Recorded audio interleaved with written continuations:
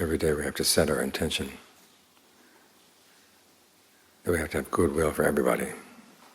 If you have ill will for somebody, you're probably going to mistreat that person. They may say they have behaved very badly, they deserve to suffer. Well, that's going to be their karma. You don't have to get involved.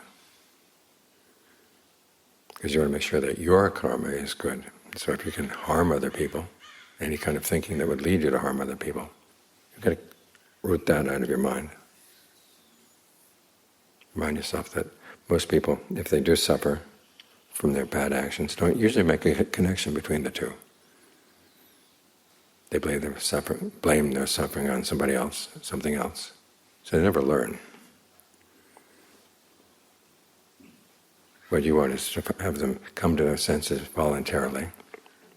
And if they've been really misbehaving, let they change their ways. And you're willing to help them in that direction if you can. Otherwise, you've got to maintain your goodwill. As the Buddha said, you should look after your goodwill the way the mother would look after her only son. Back in those days, they didn't have Social Security, they didn't have a social net. If a woman had one son, she was going to have to depend on that one son. She wanted to make sure that he survived, because her survival would depend on that. So think about the goodness of other people in that way. The people have been behaving really badly. If they have some goodness, focus on that. That nourishes your goodness. So you can protect your goodness. Your goodness will survive. And if they have no goodness at all to them, then you have to really feel sorry for them, because they're digging a deep, deep hole for themselves.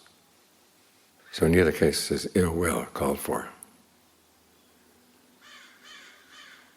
So to try to develop thoughts of goodwill every day. Think of all beings of all kinds, in all directions. Anybody you meet in the course of the day, you would have goodwill for that person. Now, that doesn't necessarily mean that you're going to do what they want you to do.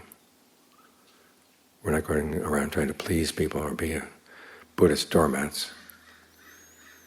Sometimes what's good for that person may be something they don't like at all. But as long as your motivation is good, your motivation is skillful, then what you do for that person, you hope will lead them to do good in return. Not necessarily good to you, but do some goodness out in the world. And that way you take care of what is your responsibility. You don't use other people's misbehavior as an excuse for your misbehavior, because it's not really an excuse. Your actions are your treasures. If other people are throwing their treasures away, there's no reason for you to throw your treasures away.